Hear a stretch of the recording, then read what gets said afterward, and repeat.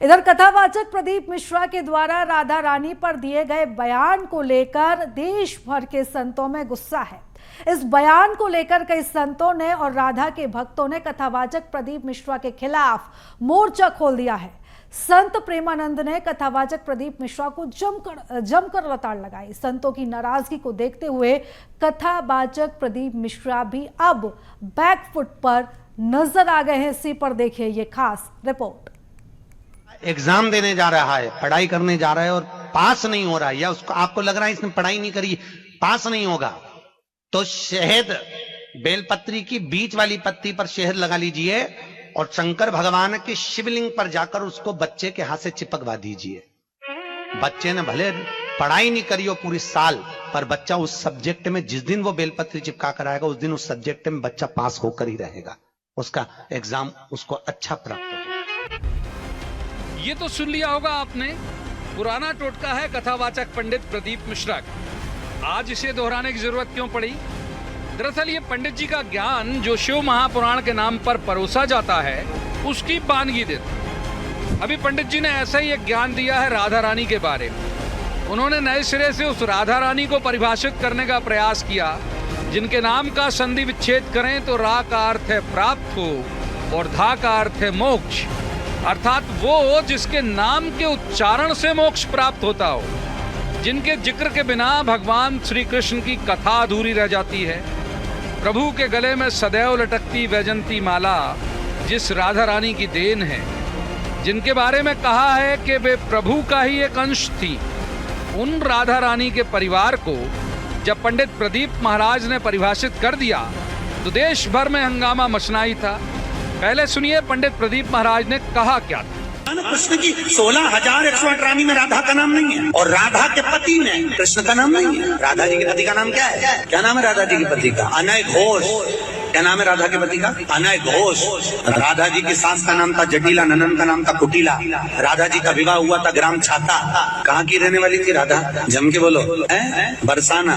पक्के में बरसाने की राधा नहीं थी, राधा जी थी रावल गांव की। बरसाने में तो राधा जी के पिताजी की कचेरी थी जिसमें राधा वर्ष में एक बार कचेरी पर जाती थी। इसमें कोई दो राय नहीं और ये स्थापित तथ्य है कि पंडित प्रदीप महाराज न वेदों के ज्ञाता हैं, न उन्होंने किसी शिष्य परंपरा के तहत वेद पुराण उपनिषदों का अध्ययन किया है। वे तो शिव महापुराण के नाम पर कथा सुनाते हैं, लोगों को कई तरह के टोटके बताते हैं, रुद्राक्ष बांटते हैं और करोड़ों अनुयायी बनाते जा रहे हैं। जाहिर है कि उनकी तुलना में कई प्रकांड पंडित देश में हैं जिनके अध्ययन के सामने प्रदीप महाराज बहुत बौने हैं। सभी ने एक स्वर में विरोध शुरू किया। कई जगह पुलिस में शिकायत भी दर्ज करवाई गई। राधा रानी प्रिया जू के अनन्य भक्त प्रेमानंद जी महाराज ने तो बहुत तल्ख प्रतिक्रिया दी। उन्होंने कहा कि तुम क्या जानते हो, तुम कितने ग्रंथ पढ़े हो, सिर्फ चापलूसी वाले संसार को रिझा सकते हो। राधा रानी के बारे में ऐसा मत बोलो, उनकी शक्ति नहीं जानते हो। जब देश भर के संत समाज का गुस्सा देखा तो जाहिर है कि प्रदीप महाराज को भी शरणागत होना ही था। वो हुए भी।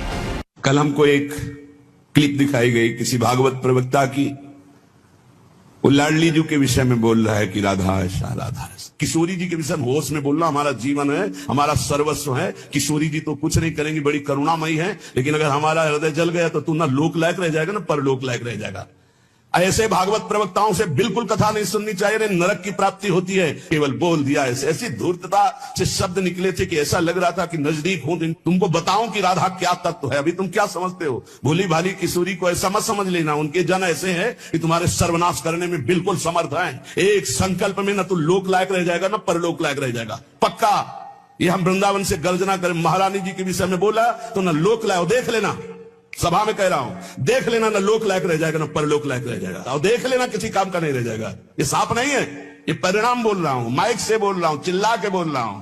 कोई नहीं बचा सकता उसको। या तो जाए बरसाने और साष्टांग दंडवत होकर महारानी जी के सामने घुटने टेक दे कि मेरे से गलती हो गई, मैं आपकी महिमा को नहीं जानता, तो अत्यंत दयालु कृपालु लाडली क्षमा। हजारों लोग बैठ करके सुनते, कैसी बुद्धि मारी गई, इष्ट की अवहेलना सुन रहे हैं बैठकर। और ऐसों को भागवताचार्य बनाकर मंच पे बैठाल करके सुनने के लिए निमंत्रण दोगे ना कि पुरिखा तर जाएंगे तो पुरिखा नरक जाएंगे, ऐसों को बैठा लोगे तो। और ऐसी प्रार्थना है जनता से कि ऐसे भागवताचार्यों से कथा ना सुनो जिनको खुद कथा का ज्ञान नहीं। विद्वान संत और कथावाचक में बहुत बड़ा फर्क है। कथावाचक कोई भी थोड़े से प्रयास से हो सकता है। आप देखिए कि बहुत सारे कवि कथावाचक बने हुए हैं, लेकिन विद्वान संत बनने के लिए बहुत तप, त्याग, समर्पण और श्रेष्ठ गुरु से ज्ञान लेना पड़ता है। प्रदीप महाराज लोकप्रिय अपने ज्ञान के कारण नहीं, बल्कि उन टोटकों के कारण हुए हैं जो लोगों को फायदे कर जाते हैं। प्रदीप महाराज के टोटके भले ही सफल हों, लेकिन उनके ज्ञान में सवाल कोई भी आध्यात्मिक समझ रखने वाला व्यक्ति उठा सकता है। ऐसे में प्रदीप महाराज के लिए बेहतर यही होगा कि वे पौराणिक विषयों पर बोलने से पहले पुनर्विचार जरूर करें। Bureau report, BSTV। तो चलिए इस खबर पर ज्यादा जानकारी के साथ हमारे सहयोगी विवेक राणा जुड़ चुके हैं। विवेक, इस समय हम पूरे देश में इस तरीके का माहौल देख रहे हैं जहां पर प्रदीप मिश्रा ने जो बयान दिया है उसको लेकर प्रेमानंद महाराज काफी नाराजगी भी व्यक्त करते हुए नजर आ रहे हैं और अब दोनों ही जो संत हैं उनमें जुबानी जंग भी दिखाई दे रही है। बिल्कुल पीटर, जिस प्रकार से जुबानी जंग देखने को मिल रही है उससे साफ है कि कहीं ना कहीं कथावाचक प्रदीप मिश्रा ने जिस प्रकार से कथा दिखाते के दौरान जो राधा रानी के जन्म और विवाह के संबंध में जो बोला है, उसके बाद प्रेमानंद जो स्वामी है वह लगातार प्रदीप मिश्रा पर तमाम जो बयान है वह करते हुए दिखाई दे रहा है। हालांकि प्रदीप मिश्रा की यदि बात करें तो प्रदीप मिश्रा की तरफ से सफाई भी आई है कि उन्होंने कहा है कि मेरे जो बयान है, मेरी जो कथा है उसको तोड़ मरोड़ के सामने रखा गया है, आम जनता के सामने रखा गया है। मेरा जो कहने का तात्पर्य था वो कुछ और था, मगर जिस प्रकार से मेरे वीडियो को आधा ही दिखाया गया है और उस वीडियो के आधार पर लगातार जो बयान है वो कहीं ना कहीं सामने आ रहे हैं। ऐसा प्रदीप मिश्रा का जो बयान है वो सामने आया है। मगर यदि पूरे विवाद की यदि बात करें तो राधा रानी के जन्म और विवाह को लेकर ये पूरा जो विवाद है वो सामने आया, क्योंकि जिस प्रकार से कथावाचक प्रदीप मिश्रा ने कथा सुनाते हुए जो राधा रानी के बारे में कहा, जिसके बाद प्रेमानंद को पूरी बात की जानकारी हुई, उसी वीडियो के आधार पर प्रेमानंद ने जो पूरा जो बयान है वो जारी किया और आम लोगों से भी अपील की है कि ऐसे कथावाचकों से बचे। हालांकि ये दोनों के विवाद को लेकर जो गर्मा गर्मी है वो बिल्कुल विवेक, देखिए गहमा गहमी हम पूरे देश में इस समय देख रहे हैं। ना सिर्फ प्रेमानंद महाराज बल्कि अब तो देश भर का जो संत समाज है वो भी प्रदीप मिश्रा के खिलाफ आता हुआ नजर आ रहा है। और अगर हम चाहे प्रदीप मिश्रा की बात करें चाहे प्रेमानंद महाराज की बात करें, ये दोनों ऐसे संत हैं जिनके लाखों की संख्या में अनुयायी हैं। प्रदीप मिश्रा की बात करें तो उनका जब वो भागवत महापुराण करते हैं तो लाखों की संख्या में जो लोग हैं उनको सुनने के लिए पहुंचते हैं। वहीं प्रेमानंद महाराज की भी बात करें तो लाखों की संख्या में उनके भी जो शिष्य हैं वो हैं। ऐसे में अब दोनों ही संतों का इस तरीके से एक दूसरे पर जो बयान है, हालांकि प्रदीप मिश्रा की अगर हम बात करें तो वो अपने बयान में काफी सरेंडर भी नजर आ रहे हैं। उन्होंने ये बोला भी है कि तोड़ मरोड़ कर उनके बयान को पेश किया गया है। लेकिन अब ये जो मामला इस कदर बढ़ता जा रहा है कि इंदौर में भी हमने देखा था कि पुतला फूका गया प्रदीप मिश्रा का।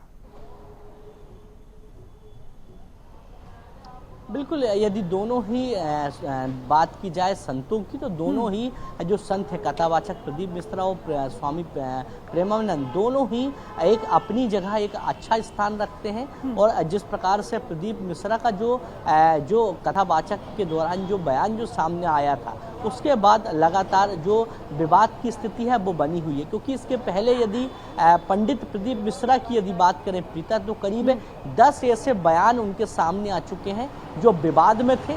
और विवाद के चक्कर में इसके पहले भी तमाम जो लोग हैं उन्होंने प्रदीप मिश्रा का विरोध किया था, क्योंकि जिस प्रकार से उन्होंने बीते कई बयानों को यदि देखें तो प्रदीप मिश्रा ने कहा था कि हिंदू धर्म के लोगों को 4 बच्चे करना चाहिए और बाहर की जो लड़कियां हैं उन्होंने जो फिजा है वो कहीं ना कहीं खराब कर दी है मध्य प्रदेश के। ऐसे तमाम जो विवादित जो बयान हैं वो प्रदीप मिश्रा के इसके पहले भी सामने आ गए थे, जिसके कारण लगातार विवाद की स्थिति बनी थी। और एक बार फिर जब प्रदीप मिश्रा का जो विवादित बयान सामने आया है, लगातार उसको लेकर जो भूचाल है वो लगातार मध्य प्रदेश में बचा हुआ है, क्योंकि स्वामी प्रेमानंद की यदि बात की जाए तो इस पूरे मामले को लेकर वो सीधे सीधे प्रदीप मिश्रा पर कटाक्ष करते हुए दिखाई दे रहा है। मगर प्रदीप मिश्रा की यदि बात करें तो कथावाचक प्रदीप मिश्रा ने अब जो बैकफुट है वो ले लिया है, 2 कदम पीछे ले लिए हैं, क्योंकि बिल्कुल विवेक, बैकफुट पर भले ही प्रदीप मिश्रा आ चुके हैं, भले ही अब वो हर जगह अपने बयान को लेकर सफाई दे रहे हैं, लेकिन जो घमासान है वो तो मच ही चुका है। देखना होगा कि अब क्या कुछ जो रुख होता है वो साधु समाज का होता है। नजर बनाए रखिएगा विवेक, बने रहिएगा आप हमारे साथ, आगे भी हम चर्चा करते हैं।